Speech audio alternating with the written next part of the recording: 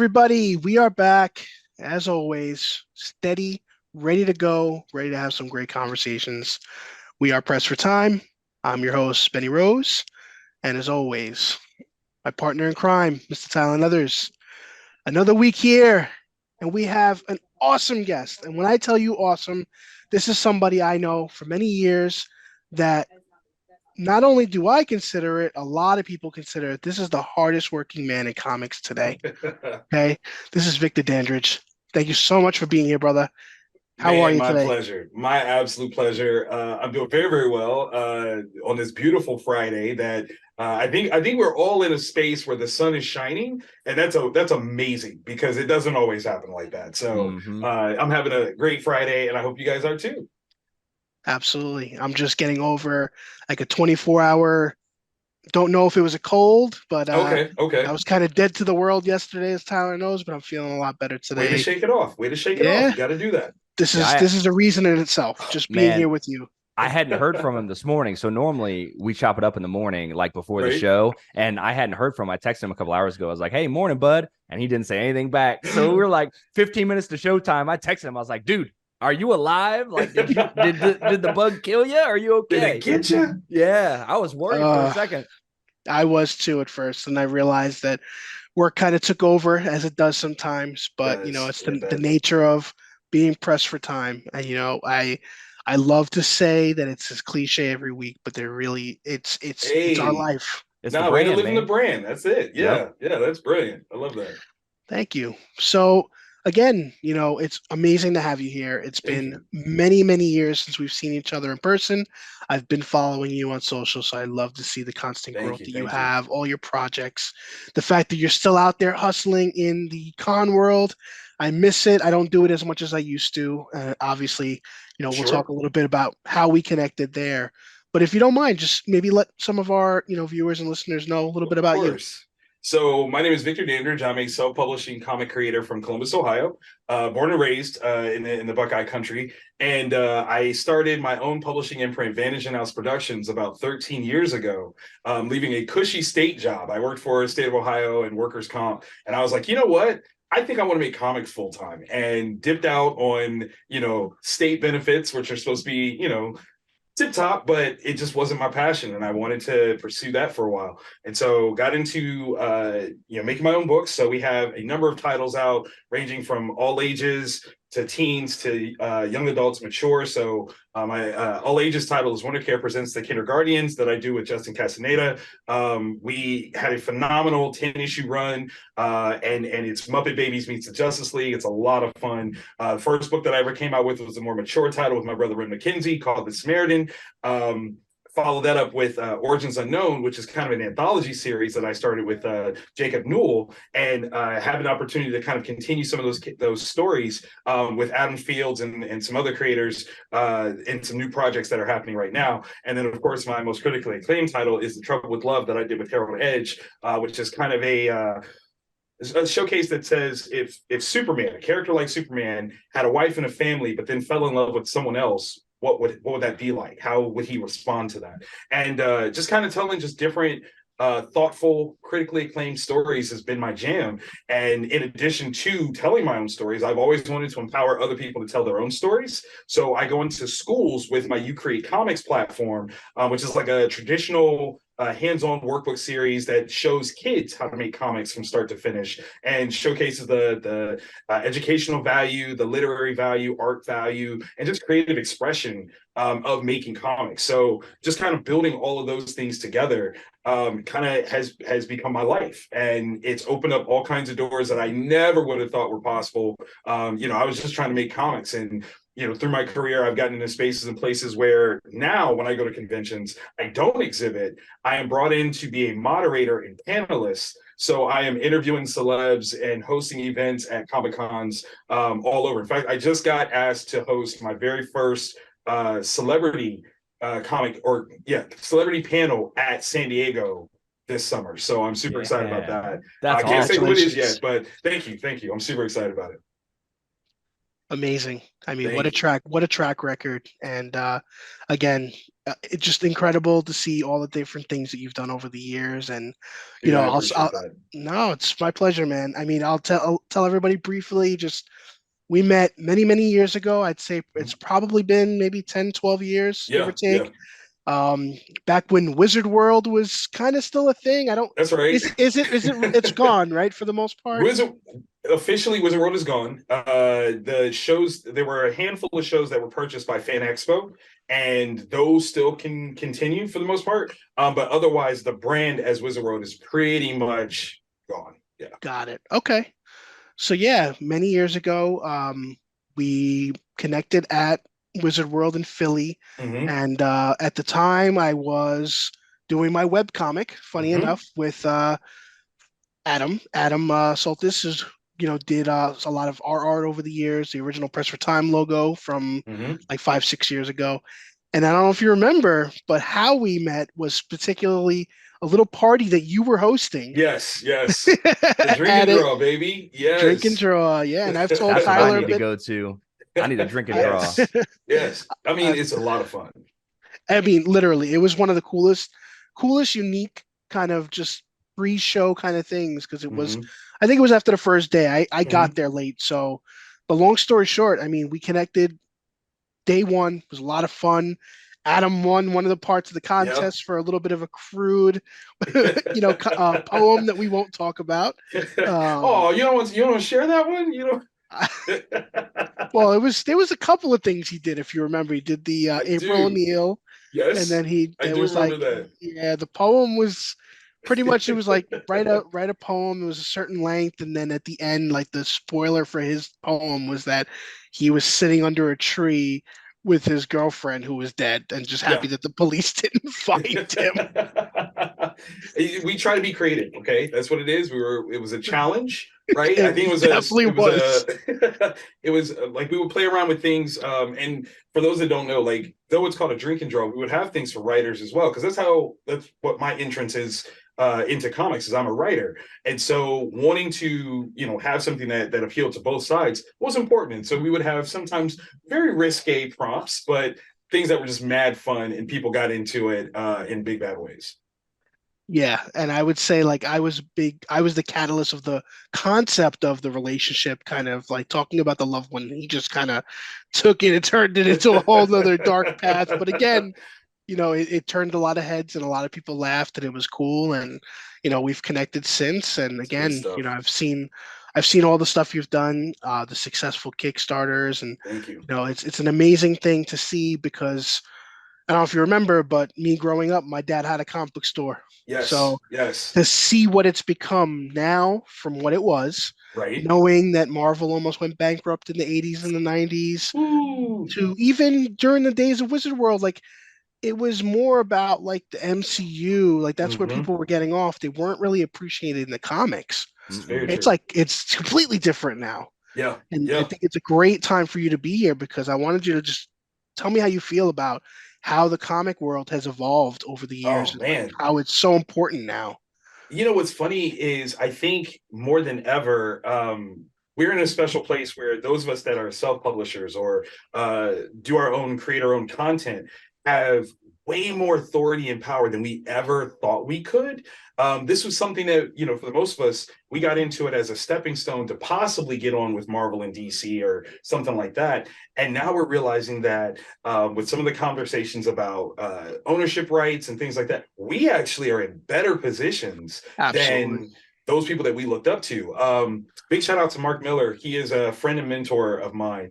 And there were times when I'm like, well, maybe I should try to get on with Marvel. And he's like, no, don't do that. And I'm like, why not? He's like, why step back? And I'm like, you think that's a step back? He's like, I'm telling you, there are things that you are doing now that I wish I had done, at your age or in my career at the time. And I'm like, but you're Mark Miller. Like, what are you talking about? And he's like, no, that would be a step back for you. And I'm like, because you have so much leverage in your own brand and your own product at the end of the day. You can tell whatever story you want. You're not beholden to some overarching, hey, we want to do this, or hey, we don't think that character would have done that. We don't think that character would have said. You're not allowed to explore those things. Exactly. It's very homogenized. It's very corporate, Like, Yes. hey, yeah, you can kind of tell a cool story, but it's got to Right. fit within these guidelines. Whereas the stuff you're making, you're asking real questions. You're telling a real story that can connect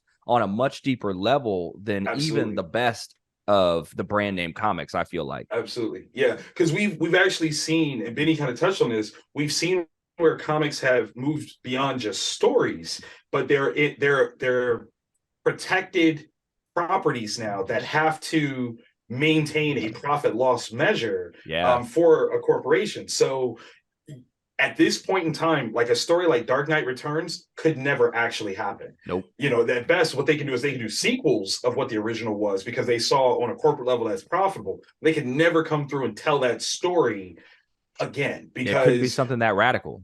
Right. Like that's the thing. Like it was a super radical story in context of when it came out. There's a lot of people that are like, oh, it's Dark Knight Returns. You're like, no. Here's how radical of an idea that is. Batman quit. Yeah. Like, think about that. Like, as a concept, that is the core piece of Dark Knight Returns. Batman quit. Could they say that Batman is a quitter now? No. Like the last time that you had anything like that was Batman Beyond, and they had to explain why he quit by saying he had a heart attack, too, had to pick up a gun and was like, okay, now I can't do this anymore. Dark Knight Returns doesn't have any explanation as to why he walked away. He just did.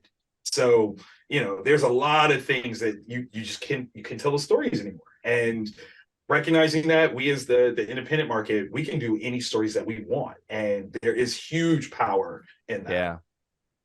And there's a market for it. I mean, you think about it, like, even when I was a kid, and you know, we talk about it, we joke about it all the time. Benny's not a lot older. Benny's a bit older than I. Benny's a bit older than I am. Yeah, but what I say last week, press for arthritis or something over there.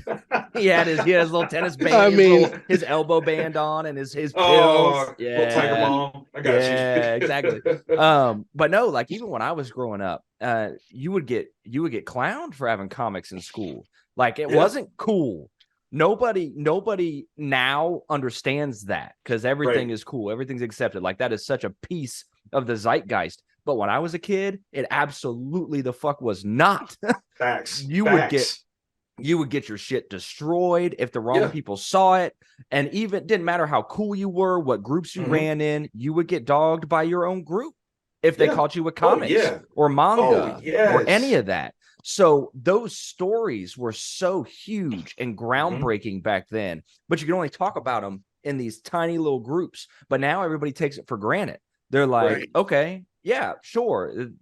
That happened back then. That was the story. That was Dark Knight Returns. But when I was a kid, that was enormous. That was earth shattering, but there was no one to talk about it. So it never touched, you know, the general public. You know what I mean? I think that's one of the things that also people need to understand is that when something has become a part of pop culture, like comics have recently, people kind of retroactively think it was always that way. Right. And you have to like explain, like, no, like the idea that you can go to Walmart right now and get any number of comic book graphic tees didn't exist when we were kids. Okay. Absolutely like, not.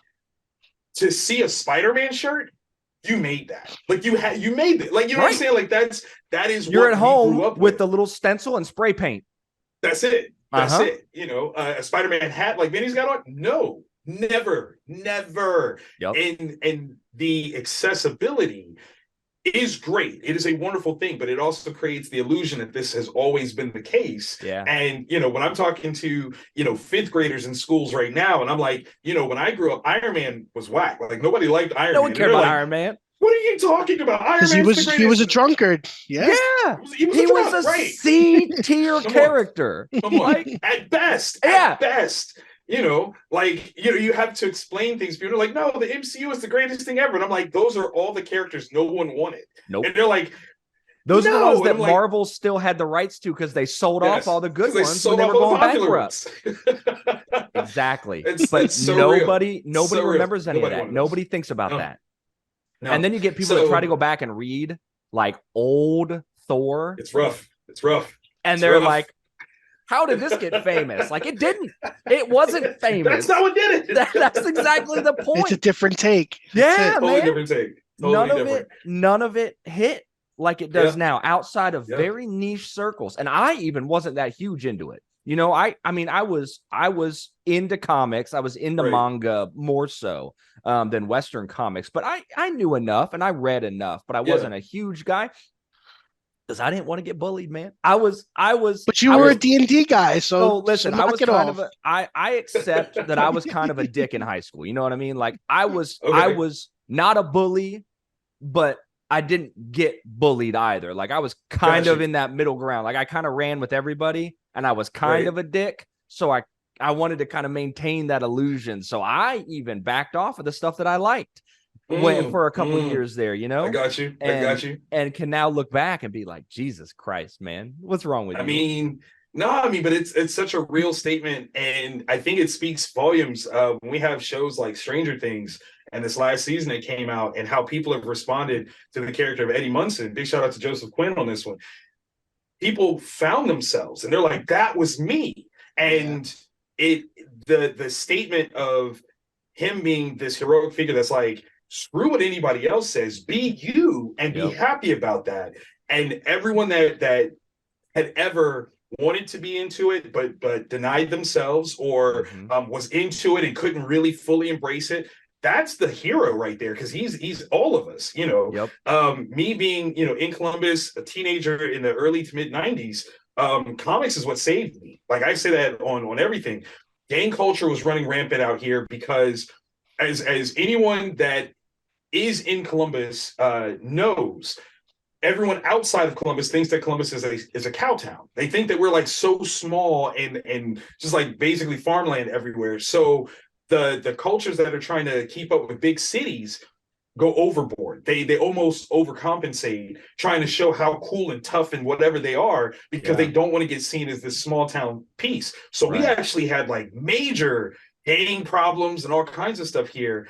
And that's like right time period for me where like, oh yeah, I'm right for that culture, you know, especially considering that, you know, my parents had split up when I was young, and where my dad lived was one gang, and then where my mother lived was a rival gang. So going in between my parents' houses could be a serious issue for me. And the only red and blues I cared about were Marvel and DC. Like that was it. Like I'm not fighting with anybody else. I'm gonna keep my comics, and if that means I got to stay in the house, oh no, I guess I got to stay in the house and read comics because it's safer that way. So, you know, there's a whole culture, a whole cultural revolution that people don't understand has happened when it comes to geeky things, that it didn't exist that way. You know, look at how many superhero movies there were from 89 when Batman came out to we'll say 99, right? Like in that span, you can count how many there are. There's like maybe 20 that are superhero comic book movies.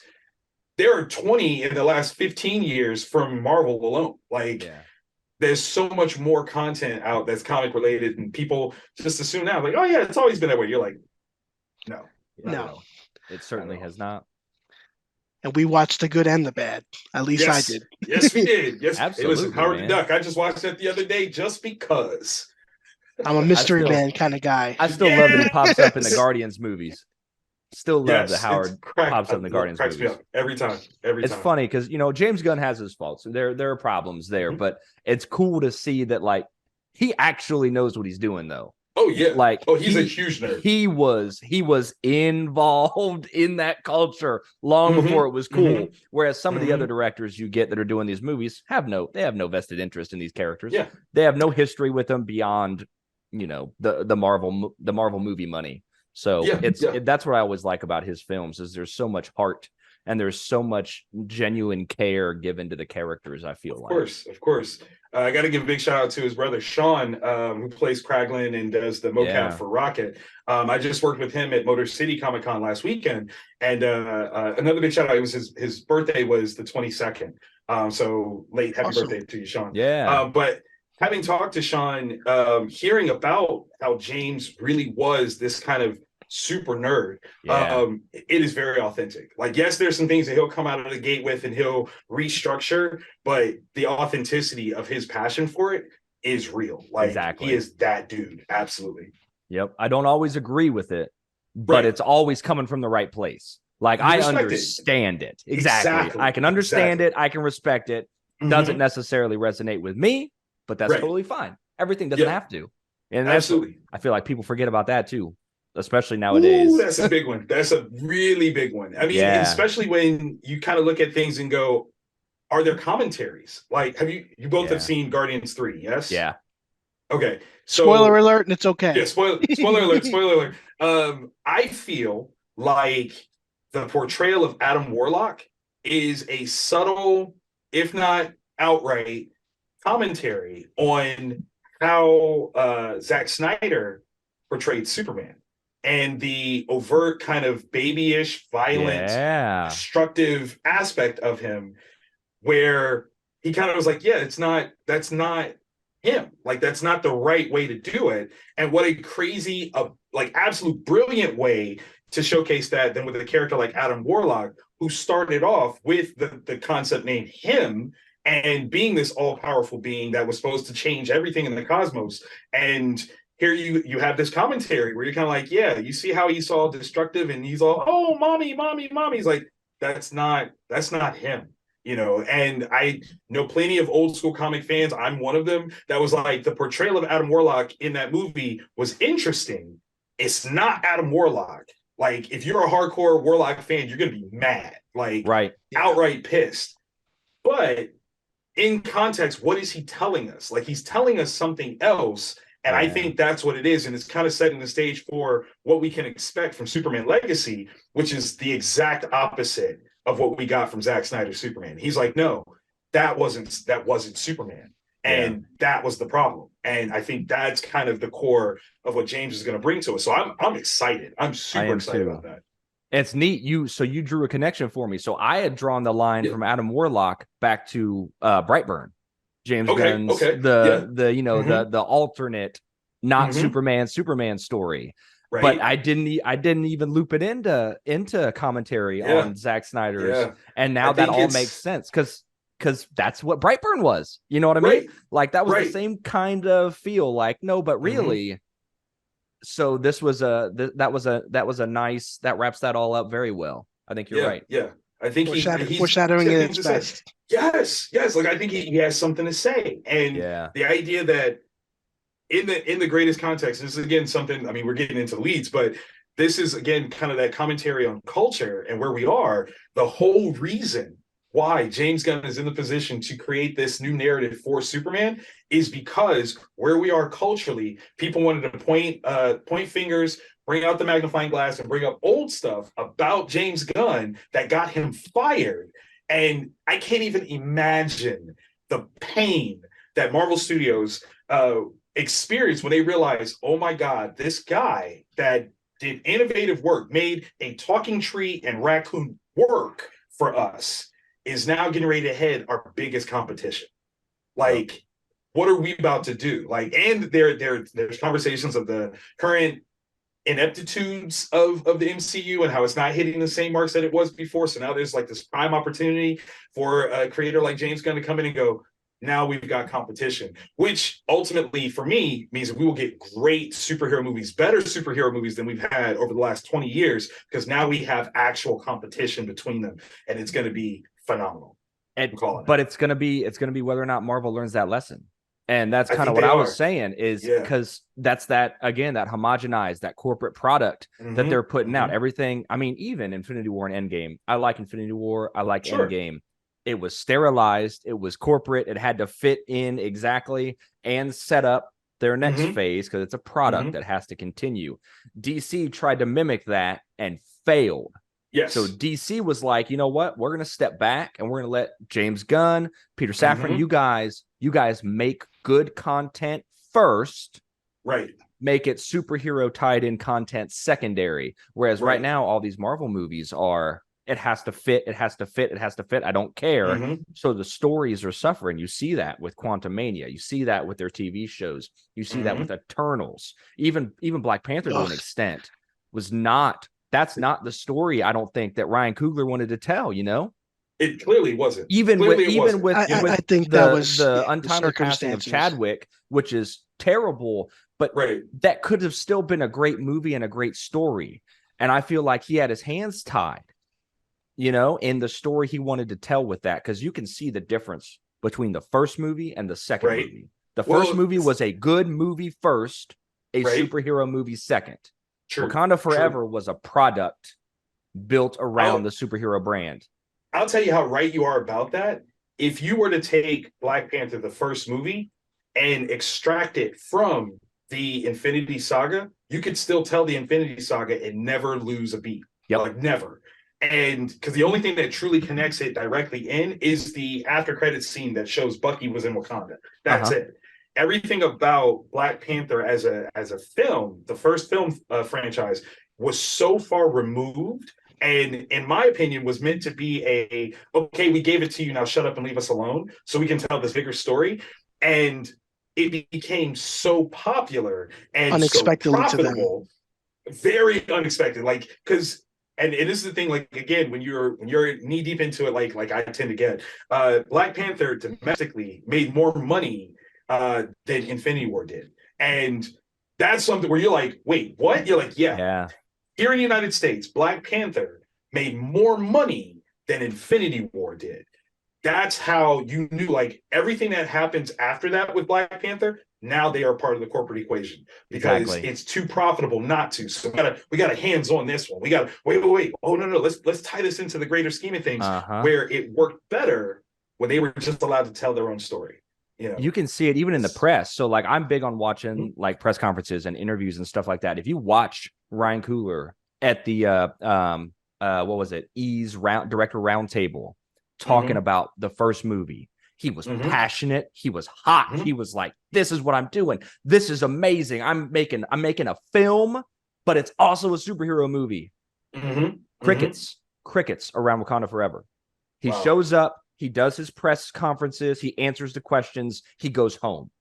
He's not excited, he's not passionate, he's doing what he has to do for the paycheck.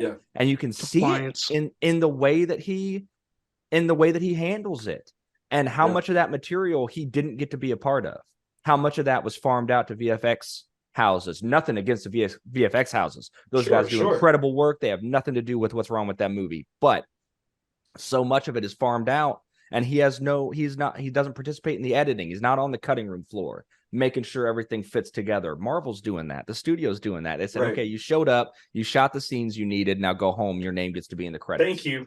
Right. Now it's our turn. Yeah. Right. Yeah. And that's not it's a definitive difference. So I would be interested to see if James Gunn poaches him to come make some DCU films. Can you imagine? Because he's the only one. He's the only one of those directors working right now that I could see going and making something amazing. Everybody save this, okay? Yeah. I don't care about the Russo brothers making stuff. It's, Peyton Reed's not going to go make anything groundbreaking. Watts isn't going to go make anything groundbreaking. But James Gunn could get Coogler to go make a fucking movie.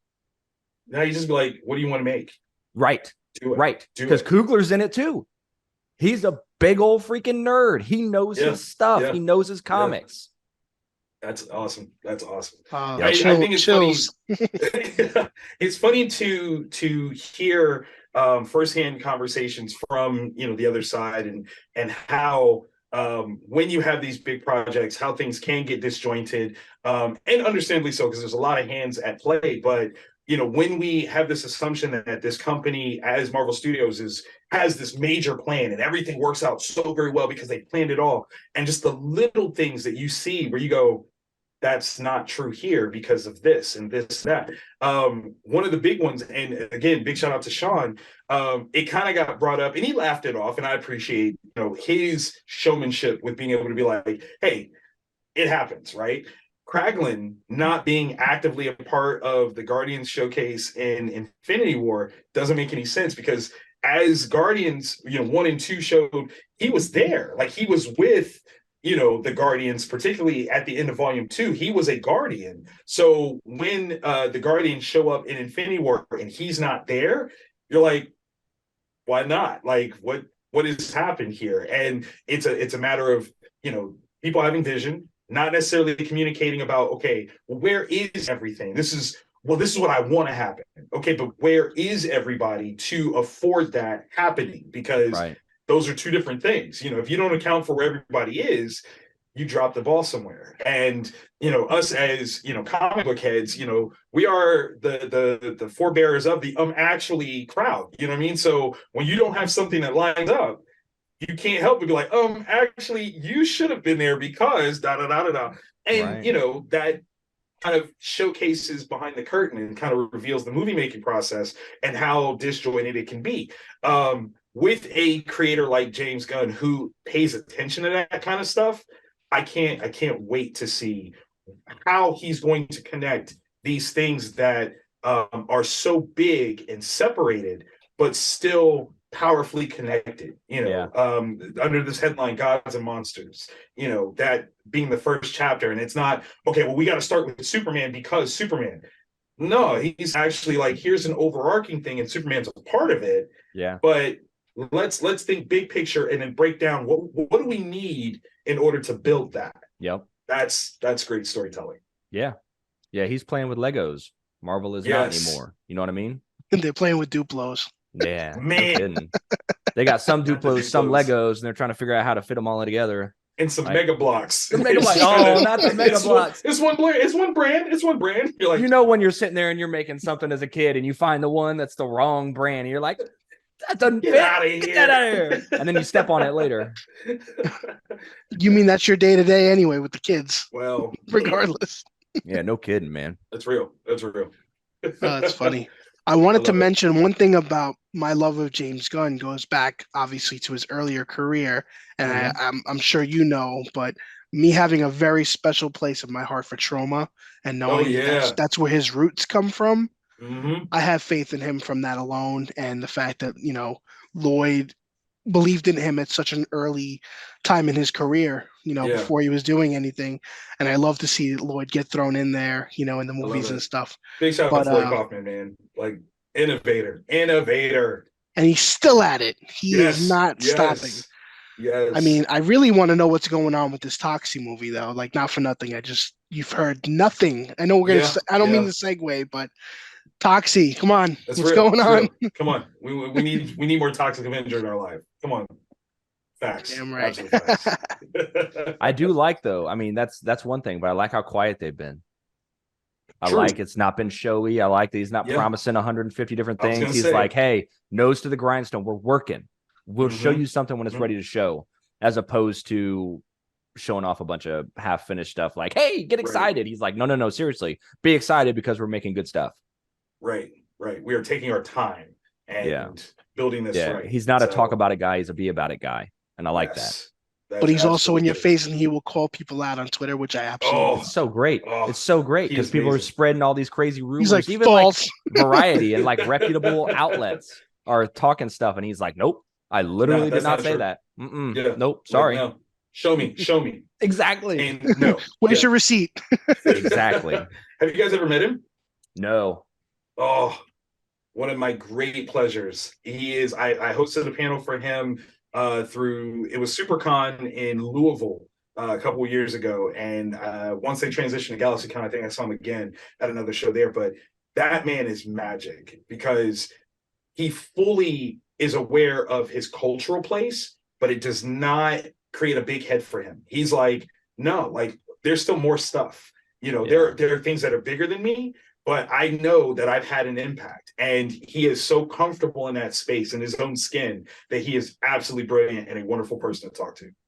That'd be great. So Insider Baseball, Benny and I have a wish list of people that we eventually want to get on the show. And I will tell you that James Gunn is quite high on our internal wish list behind the scenes. We have a Google Doc of who do we want to try to hit at some point as we grow this channel. Yeah, we can put some words out. I mean, we know people who know people, so that's the key, man. Yeah, it's always that. So we'll circle. We'll come back. We'll come off of branded comics. So I want to talk about You Create, because to me that is such a cool thing. So my daughter is 7; she's about to be 8, and she's fallen in love with the Captain Underpants, all the Dave Pilkey stuff, and he has the Comic Creators Club. So every month he has a new comic, and you can print out the prompt. So I run off to the UPS store. I print out the prompt. My daughter fills in whatever she wants, and then you take a picture and you submit it to him, and he puts them on his website every month. Hey, here are the kids that sent in their comics this month. Wow. Look at them, and you can scroll through them and see all the different kids that have submitted their take on his prompt, which is the coolest thing in the world. Absolutely. And he sends them a little membership card that they can draw a picture of themselves and put their name on it, and you're part of Pilkey's crew and his like comic creators crew. So this though is like it's a very similar, in a similar vein, but designed towards classrooms and getting that stuff into schools and helping kids learn how to do it along the way. So just talk about that a little bit. Like what brought you to that, and where do you see that going? So it's all part of my comic book origin story, which is I didn't like reading as a kid. I didn't have any deficiencies or struggles. I just didn't like it. And it was mostly due to the content, right? Like, again, being this kid, late 80s, early 90s in Columbus, you give me Huck Finn. I don't care about Huck Finn as a story. Like, it doesn't resonate with me. But I love pop culture.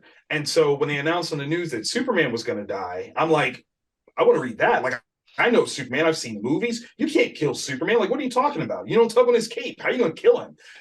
I want to read that. And viscerally, that emotion, that feeling, being excited about content for the first time in my life. Like, I wanted to be a part of that. And my mom got me comics, started like this whole pathway for me, which was, now I'm reading, I'm getting into these characters, I'm getting into this idea of stories and story arcs and concepts and things like that. I'm like, well, I want to create things like this. And so recognizing that I am not unique in that way, I held on to it for years and years and years. Like, maybe there needs to be something like this that would have benefited me as a kid that didn't exist when I was a kid. Let me make that, because I know that I can't be the only one. So I created the You Create line almost like in tandem with launching my publishing imprint, and immediately found success. Like within the first 6 months of creating it, was hired with my local library to host, I think it was 21 sessions or workshops with my local community that following summer. And it just kind of kept building from there. You know, it was like, well, okay, we're starting off with creating characters. What kind of things can we get into about telling stories and drawing and kind of creating massive pieces and worlds and empowering students to be creative all on their own? Like, not saying, oh, when I grow up, I want to be able to do. No. You do it right now, because there's nothing to stop you from doing it right now. As I've grown, and again, names like Mo Willem and Dave Pilkey, those are my inspirations for different ways to do things. I didn't know about Dave's his mail order club, which is absolutely brilliant. But it's so funny because I live in what I call a geek desert. So on my side of town, there are no comic shops, despite the fact there are like 6 or 7 of them in Columbus, but none on my side of town. So my neighborhood doesn't have access to that kind of stuff. So that's my new move, is to create a mail order system with my You Create line, where just for kids in my neighborhood, like it's not for everybody. I just want to be able to walk around and say, hey kid, you ever create a comic? No, I've never done that. Here, create something, and empower the kids in my neighborhood with this opportunity to say, I can tell a story if I want to. I can create a character if I want to. I can make myself a hero if I want to. I can even go as far as to express struggles that I'm having emotionally, psychologically, turn those into characters and deal with them in that way if I want to. And who knows where that takes me. I don't have to just be an athlete. I don't just have to be a musician. I can find other outlets and avenues of creativity that will sustain me and promote me. And that's my thing, of a Dave Pilkey scale, just kind of scaled down to a more localized level. But that is the way, because if we don't do this, we don't grow and see the next generation of creators and readers. If we don't take the time to do that, we lose out. So that is such a brilliant thing. I love that Dave is doing that, and I hope I do it justice on my little local level of doing so, because we all have that responsibility. I think there's some people that would say, oh, Dave is doing it, well, he's much bigger than me, I can't do that. I don't know that these kids have access to him like that. Exactly. So let me be that. Well, like I said, even if I want it, I have to shoot over, because I don't own a printer in my house. Gotcha. You know what I mean? Yeah. I shoot over to the UPS store, and I have the UPS store print me out copies for her. So, like, you're absolutely right. Everybody does not have access to these kind of things, or doesn't necessarily know about it. Right. Especially at a local level. So exactly. No, I think it's awesome. And thank you. So do you feel like, especially for me, when I was growing up, and probably you guys too, there was reading and there were comics. Two different things. If you were reading comics, you weren't reading. You weren't reading. Oh, you're looking at pictures. It's not reading. You're not reading. Go read. Go read a book. Yeah. Do you feel it's different now? Being in schools and doing this stuff. Is it looked at differently? Is comics are reading now? Yes. And the benefit is folks like us that suffered the separation have now come into positions of power. We can say, no, there was actual legitimacy in what we were reading in this content. So let it fly. I was lucky that my mom was like, he's reading something. Let it fly. Like, I don't care what it is. If it's the shampoo bottle, he's reading it. Let it go. Yeah. And again, we were empowered in a place and space to a degree for some of us where we could actually push to schools or to administrations to say, hey, this is actual reading material. Give it the credence that it deserves.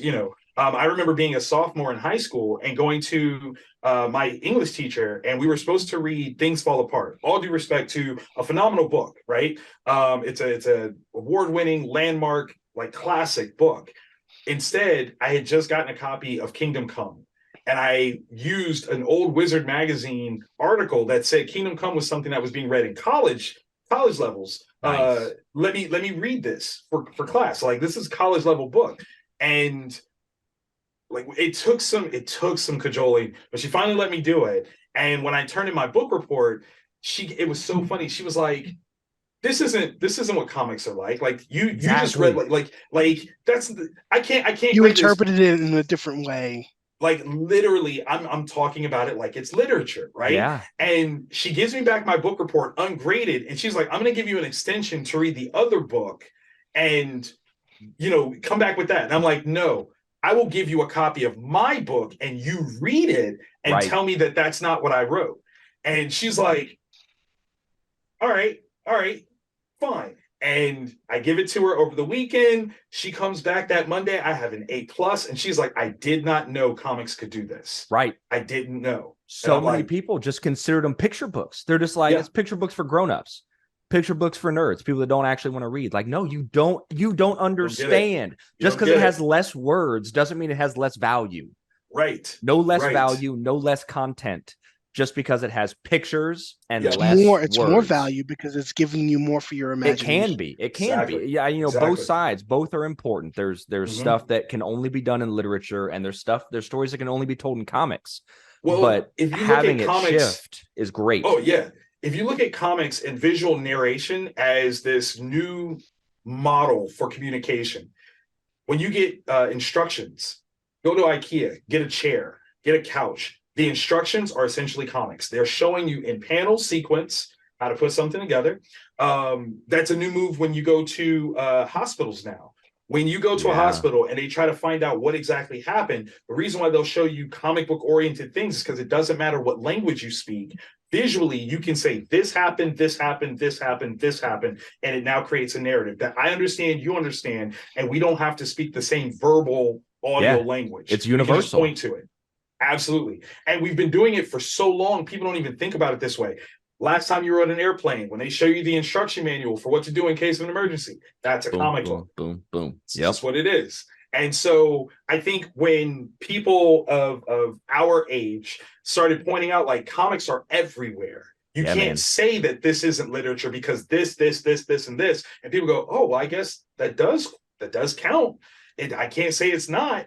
So now schools are more apt to be inclusive of comics and graphic novels and things like that because they couldn't fight it anymore. I think they had old school ideas that, oh no, this is not real books. But as the new guard came in and they're like, nah, it's absolutely books. Yeah. That's I remember certain words. I remember in junior high and high school, and it would be like, library day or whatever. And probably not high school, probably younger, but growing up, library day, and you would go and it was like, hey, you can check out three books, but 2 of them have to be novels, and you can check out 1 comic or 1 manga. Like, I remember trying to read Dragon Ball back, in the day, and they were like, put that down. Like it was reading time in English class.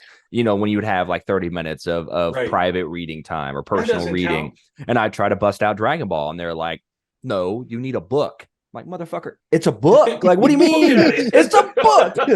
Where are we looking at something Not different? made out of plastic. Yeah, Come on. exactly. Yeah, I'm not playing my Game Boy. Right. It's a book, and they're like, no, Yeah. go get a book. What is wrong with you, man?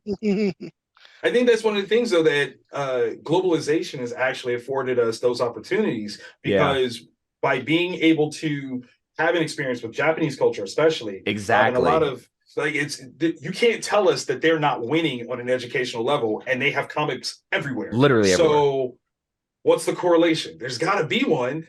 Pick it up, run with it, you know, especially when you're talking about technology, styles of comics, like all these different things play together very well to create, you know, an educational culture that we're trying to emulate. Sorry, my dog is now barking. Oh yeah, no, I know. We know how it goes. we know. Yep. No, I would challenge any of those people to sit down and like, even don't even read it. Watch Cowboy Bebop. Yes. And tell me that is not. Yes. You know, cinema. So Tell me that's compelling. not Wrong. a story that you can connect with. Tell me that Absolutely. is somehow cheapened by being animated or being a manga. You know, it just It's true. doesn't make any sense. You have no soul. That's what. Yeah, that's exactly it. Yep. You were being intentionally obtuse at that point. Exactly. Like, because I know you felt something. I know you felt something and can respect what's happening. I see the tear. I see the tear right there. Like, just let it fall. It's your fine. allergies Just aren't that bad. Calm down. Well, mine are, so. Well, I say maybe Benny's. But yeah, no. I mean, so we can go back as early as Akira for those that know it too. Yes. Come on. Yep. You know I own like 3 different copies of it, because I got the regular Blu-ray, then the collector's Blu-ray, then the collector's 4K when it came out. Why do I need that in 4K? I don't, but I wanted it. It looks cool on the shelf. Yes. And when you turn it on, you're taken back to that place and space where you first experienced that. And it's one of the greatest things in the world. Yeah. Like, it's funny. We are having this conversation a lot, how accessibility breeds a contempt for the way things made you feel at a certain point. And in a lot of ways, this is what has made Hollywood a little bit more redundant, because they're like, oh, we got to recapture this thing, so let's just make another one of those. That's not it, especially when you have so many amazing voices that grew up in what I say is the most innovative time period in cinema outside from when it actually just started, which is the 80s. And my qualification for 80s starts in 75 and goes to 92. That's my qualification for an 80s movie. That's a solid criteria. I like that. Yeah, because it's the things that were the forebearers of what we would consider 80s movies started in the 70s. And some of them continued. Like Jurassic Park is an 80s movie. Yeah. Like, I'll die on that hill. Thank you. Yep. So when you have that as the template, and it's how so many people, oh man, I remember how that made me feel. Do you understand what they were doing? And that's the thing that needs to happen. And by having innovating, it was first. That was new. It was a brand new creation, something nobody had ever done, something audiences had never seen, never heard. Yeah. There was no score like John Williams' score in that movie until that movie happened. Come on. You know what I mean? Okay. Listen. Yeah, who has ever been afraid of sharks before Jaws? Nobody. Right. Nobody even cared. Okay, we didn't care. But the thing that all goes back to is this presumption, again, that by having immediate access and consistent access to it, that it's always been something. And people don't really appreciate exactly what it was, when you have this constant sense. Again, going back to what we were saying, those kids today that are like, Iron Man is everything and he's the coolest ever. He wasn't.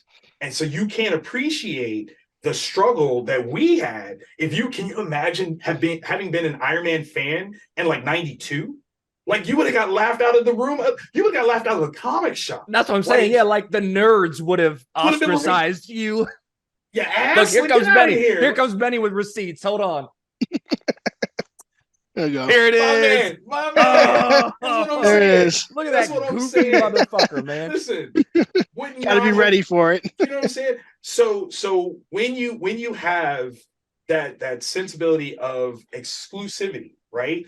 Things become better. And I think that's one of the truisms that, so much of what we've done, we've created so many opportunities and inroads that sometimes we have to understand that it's better not to be as widespread, not to be as accessible, not to be as available. And so when there's only a certain number of folks that can get your stuff, it forces you to be better because only a limited number of people can support you. There's so many different things that kind of work in a way that we kind of are in that space where we've blown up, and now we got to come back a little bit and rebuild what it means to be good in this space before we grow up again. Yeah. And it's a natural cycle. And I think that that's just one of those things that when it comes to movies, comics, all these different things, we have to experience it in a good way. So I love the fact that comics are more accessible, but I also see that by them being more accessible, people are presuming what comics have to be, and presuming what, if it's this kind of comic, then it will be popular. But if it's this kind of comic, it won't be popular. And you go, that's not the way that works. Like, show me anybody that would have known from the onset that Teenage Mutant Ninja Turtles would have been what it's become. Like, what it was isn't what it's become. So, like, you gotta let things be very unique in their own way and not try to copy or chase something else. You just have to let it be its own thing and be comfortable with that. Even if that means you got to start off small, right? It'll grow. It'll take time, but be small, be inaccessible so you can find your core audience, so you have that thing to grow into. And I think that's a little gem that I'm dropping for anybody that's a creator of any sort and wants to get into this wonderful world of creativity. Man, I think a big part of it too is fans.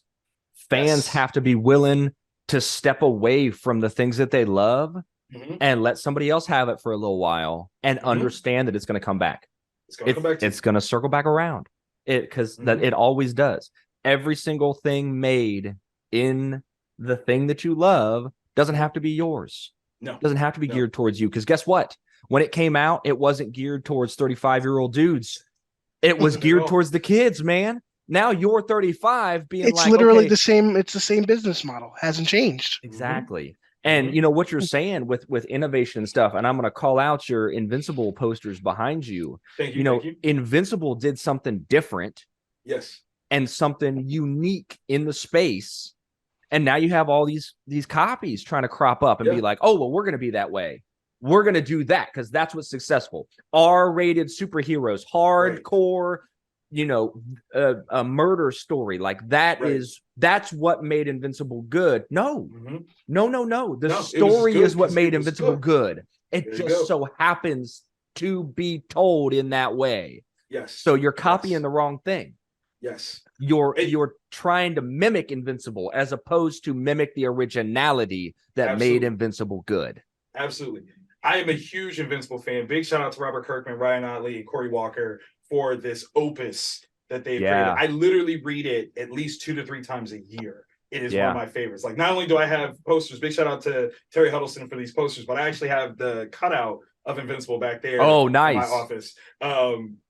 But here's the thing. Okay. So as a storyteller, because I identify as a phenomenological narratologist, I teach the philosophy of storytelling. But I'm going to blow your mind with this one. Invincible is Watchmen, just longer. Right? Like that first arc, you have a murder mystery, you have archetypal versions of known characters. Right. Like, that is what it is. It is essentially Watchmen. But no one has been like, oh, Kirkman just copied Watchmen, because he didn't just copy Watchmen. Exactly. What he did was he told a great story that when you experience it and you start to really break it down and you take another great story, you can say, oh shit, that's the same thing, but they are innovatively different. They are different. Like, no comic stories were telling what Watchmen was telling at the time. And then Invincible did it in a totally different way that made it its own compelling vehicle. Even though if you want to get real nitty gritty, it's the same thing.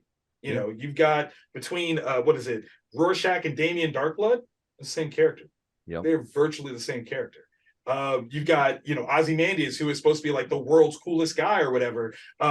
very similar to Omni-Man in a lot of Yeah. ways. You know, like all these things exist as this beautiful sort of tapestry piece. And if you just look at them in the right way, you can see the similarities, but the similarities is not why they were done. It is just that wonderful thing that we kind of go back and go, oh snap, that might be one of the reasons why I love this, because Yeah. I did love that too. But Exactly. look at how different they are.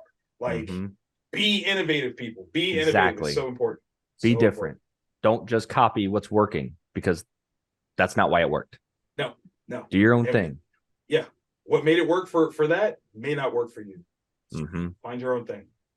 I will say that with the struggle of the naysayers in the world of everything that you do, you know, this goes hand in hand with that. If you're a creator in any way and people say, oh, the market's saturated, everybody's doing it. You've done the, you know, what are you doing that stands out?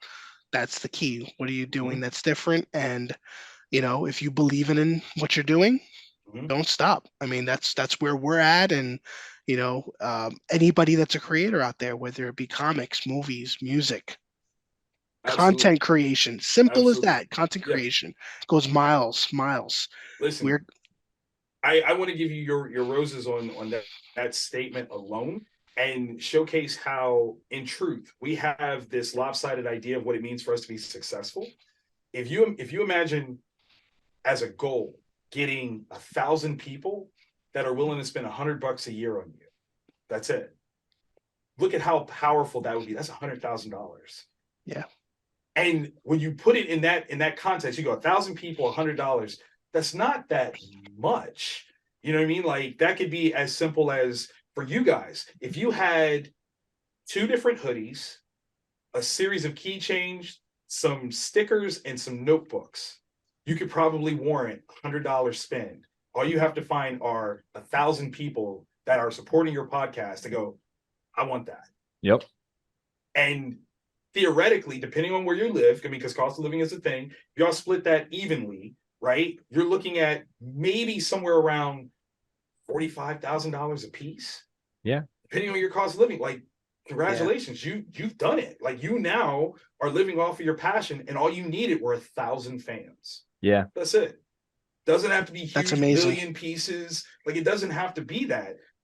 Localized, concentrated, that's all you need. Yep. Thank you for that. That's Oh, awesome. you're very welcome. Very, very welcome. Yeah, take that, run. Yeah. That and run. Exactly. Yeah, I mean, as Tyler knows and everybody on the show that listens, I'm a man of many brands over many years. As I said, Victor, you know me from several of those. Several. And, you know, right now, realistically, it's all falling under the Press for Time Productions branch. So it'll all be cohesive. And, you know, we hope to have great people like you on the show. And we just hope to move forward with that. And, you know, just, again, creating is all about, like, just being you, being the unique person that you feel you are. Don't be afraid to, you know, think about how somebody else is going to feel. It doesn't matter. You know, you put your heart out there. I got a 6-year-old, well, 7-year-old now, that is into Five Nights at Freddy's, and, you know, the kid is drawing better than adults. Yeah. So I thought you'd appreciate that, Vic. Love And it. I got to send you some pictures. Yes. The kid's just literally just watching stuff. So you've inspired me to have him check out your content. So that's going to be a big thing. Yeah. And this is what it's all about, connecting the dots. And Always. I see a Roomba that's just throwing me off. Yeah, right now. sorry. With the kids and the dog out of the house, the vacuum was like, all right, it's quiet. It's Now's time my for me to time. Now's clean. my time. Yeah. Nah, The dog's not going to jump on me. dude, my dog hates that thing. Hates that thing. So he's not here today to make an appearance, but I've got a baby German Shepherd, a baby. He's 85 pounds. Oh yeah. He's 8 months old.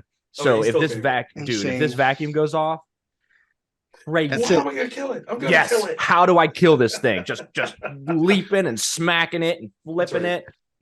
Nope. Oh, no robot is safe That's amazing. with Apollo. That is amazing.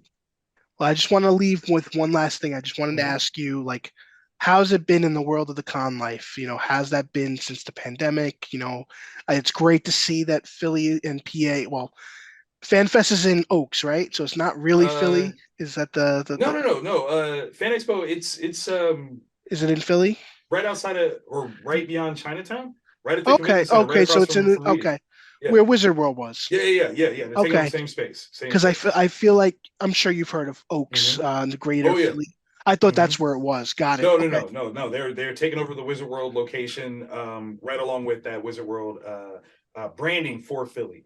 But what's interesting is the comeback has been a slow groove. There are a lot of things that need to be kind of addressed and handled on all sides. I think with COVID, Comic Cons need to understand that comic creators, especially, had to find ways to survive without them. And so you have to take care of them in a different way than you ever did before. Because what you don't want is for comic creators to go, I actually don't need you. Because that would be such a huge portion of the con gone. And Right. if you don't really give them their credence for their value, that's going to hurt you. I do think that Fan Expo does a phenomenal job showcasing comic creators. They have a whole branch of programming and things like that strictly for comic creators, which I think is brilliant. But overall, we're seeing that people are a little bit scared. And though that's changing, but it's very slow. You know, we had a hustle and bustle about stuff for a long time. And people, I think, are now a little bit more timid than they ever were before. But we are still getting back together. We are still congregating, and we're finding new ways to engage with people that I think is absolutely brilliant. We're tapping markets that people haven't experienced before. This coming show up at Dallas, second weekend in June, I'm working with Carrie Ann Moss, and it's her first show. And I'm like, Wow. that's crazy. Like, Trinity's never done a Comic-Con? And they're like, no. And I'm like, What an honor for that. That's Yeah, right. that's You know really what I'm saying? cool. Like, it's thank you. Yeah, But that's the really idea cool. that this phenomenon like the Matrix can still come back and have this new relevance in this space. It's giving that opportunity for people to experience their fandom on a totally different level. And I think we've had enough time where the precision, big shout out to the Comic Cons that know how to do this, are making sure that what they're putting on is both great for the attendees and the guests that they're bringing in. And they know how. It's just making sure that they are evolving that concept to be as future forward as possible. Yeah. They watched E3 fumble that ball. Right. They were like, we do not want to do that. We don't want that. Yeah. We don't want that. Yeah, we watched that happen. Let's avoid it. well, that's literally what you were just saying about the whole "we don't need you." That's right. perfect That's example. exactly what happened. Everybody pulled out because E3 was not creator focused. E3 was make money on the creators focused, which Jeff Keighley went and did. I could do that. Yeah, I could do that myself. I can do and that Jeff Keighley did from home. Well, Jeff Keighley did it and then made a big show, but all the companies were like, we probably don't need to pay $1 million to go show off our games. We can do it on YouTube. Yeah. It's really cool. Yeah. Everybody will watch from home and it costs us nothing. Right. So, when we're in that place and space, it is imperative that companies stay innovative.